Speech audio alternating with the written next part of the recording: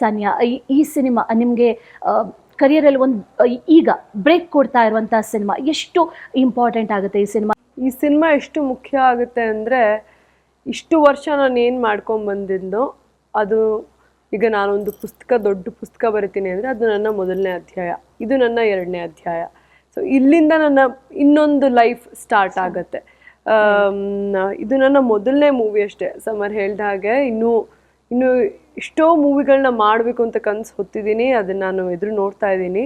But ನನ್ನ ಮೊದಲನೇ ಮೂವಿಗೇನೆ ಅಂಥ ದೊಡ್ಡ ತಾರಾಗಣ ಜೊತೆ ಅಷ್ಟು ಅನುಭವಿ ತಂತ್ರಜ್ಞರ ಜೊತೆ ಕೆಲಸ ಮಾಡೋಕ್ಕೆ ಅವಕಾಶ ಸಿಕ್ಕಿದೆ ದೊಡ್ಡ ವಿಚಾರ. ಯಾಕಂದರೆ ಎಷ್ಟೋ ಜನ ಬರ್ತಾರೆ ಇಂಡಸ್ಟ್ರಿಗೆ, ಎಷ್ಟೋ ಜನ ಕಷ್ಟಪಡ್ತಾರೆ ಕೂಡ, ಬಟ್ ಫಲ ಸಿಗದೆ ಹೋಗ್ಬಿಡುತ್ತೆ ಪಾಪ. ಅಂಥದ್ರಲ್ಲಿ ನಮಗೆ ಇಂದ್ರಜಿತ್ ಸರ್ ನಮ್ಮನ್ನು, ಅಂದರೆ ನನ್ನ ಅಟ್ಲೀಸ್ಟ್ ಗುರ್ತಿಡಿದು ನಿನಗೆ ಹೀಗೆ ನಿಮ್ಗೊಂದು ಪ್ಲ್ಯಾಟ್ಫಾರ್ಮ್ ಕೊಡ್ತೀನಿ, ಈ ವೇದಿಕೆನ ಉಪಯೋಗಿಸ್ಕೊಳ್ಳಿ ಅಂತ ಹೇಳಿದಾಗ ಧಾರಾಳವಾಗಿ ನಾನು ಒಂಥರ ಖುಷಿಯಾಗಿ ಸ್ವೀಕರಿಸಿ ಅದನ್ನು ನಾನು ನಟನೆ ಮಾಡ್ತೀನಿ ಸರ್ ಅಂತ ಹೇಳಿದ್ದೆ. ಯಾಕಂದರೆ ಇಷ್ಟು ವರ್ಷಗಳ ಕಾಲ ಕಷ್ಟಪಟ್ಟಿದ್ದೆ ಇದೊಂದು ವೇದಿಕೆಗೋಸ್ಕರ.